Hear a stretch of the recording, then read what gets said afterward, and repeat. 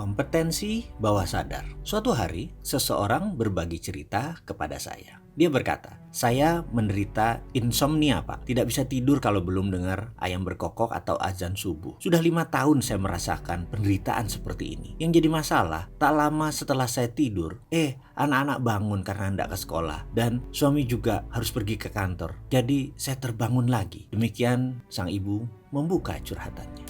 Sejujurnya saya termasuk orang yang sangat sensitif dan agak jengah ketika mendengar cerita-cerita yang dirasakan orang lain. Tapi dalam hal assessment untuk terapi, mau tidak mau hal ini saya harus dengarkan. Begini, pada dasarnya passion saya 100% adalah bisnis. Namun keilmuan saya bisa menangani masalah kejiwaan. Jadi pastinya dalam diri saya bukan terapis karena saya tidak terlalu suka dan tidak terlalu menjiwai. Beberapa sobat menganggap hal membantu orang lain itu statusnya wajib. Tapi kalau bukan passion ya bagaimana? Karena itu jika ada teman meminta sesi terapi, oke lah, saya bantu berdasarkan rasa kemanusiaan saja. Sekarang kita kembali ke cerita si ibu yang insomnia tadi. Saya pun bertanya kepada sang ibu, kira-kira bagaimana asal muasalnya, di mana dia menceritakan versi dia. Bahwa menurutnya 6 tahun yang lalu, suaminya itu dapat shift malam dalam kerja di pabrik. Setiap malam pulang pukul 12, kira-kira sampai rumah pukul 1-an. Tiap malam dia pun harus menunggu sang suami. Karena kebiasaan tersebut,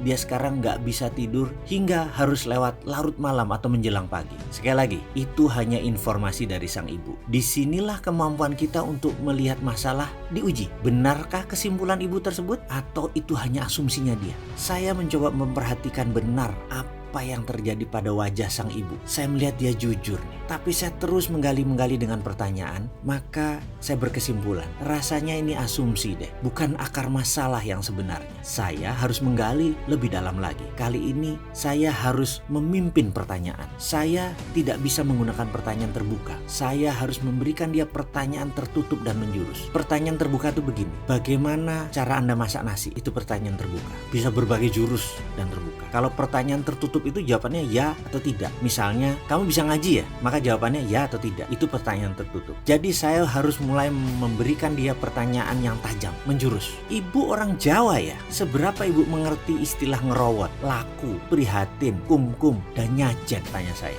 Dia terdiam sebentar lalu menjawab, saya dan keluarga masih kejawen, Pak. Kami paham sekali maksud Bapak itu. Lalu saya bertanya lagi, menurut Pini sepuh ibu, benarkah kalau tidur di atas jam 12 malam, ibu tidak kena santet? Oh iya banget. Jadi dulu sembari menunggu suami, saya ngaji-ngaji, zikir-zikir buat melewati waktu tersebut. Jadi memang keluarga kami sering tidur di atas jam 12 sebagai laku dalam tanda petik keluarga kami, Pak, jawabnya. Di sini terjawab sudah bahwa yang membuat insomnianya bukan karena menunggu suami, tapi dalam database pikiran bawah sadarnya ada belief system yang mengatakan tidur di atas jam 12 lebih aman dan lebih baik. Ini adalah belief system. Jadi hati-hati dengan belief system Anda. Kalau tidak dibetulkan, maka bisa-bisa software kemakmuran tidak bisa masuk karena OS-nya tidak compatible. Sahabat sudah melihat sambungannya bahwa saya tadi hanya mengandaikan bahwa dia tidak bisa tidur insomnia bukan karena suaminya sering pulang telat atau dia harus menunggu, tapi memang ada belief system di bawah sadarnya. Jadi, belief system sukses inilah yang penting. Adakah belief system sukses tadi? Atau adakah belief system Anda yang merusak sistem kemakmuran? Ini harus dirubuhkan di video berikutnya.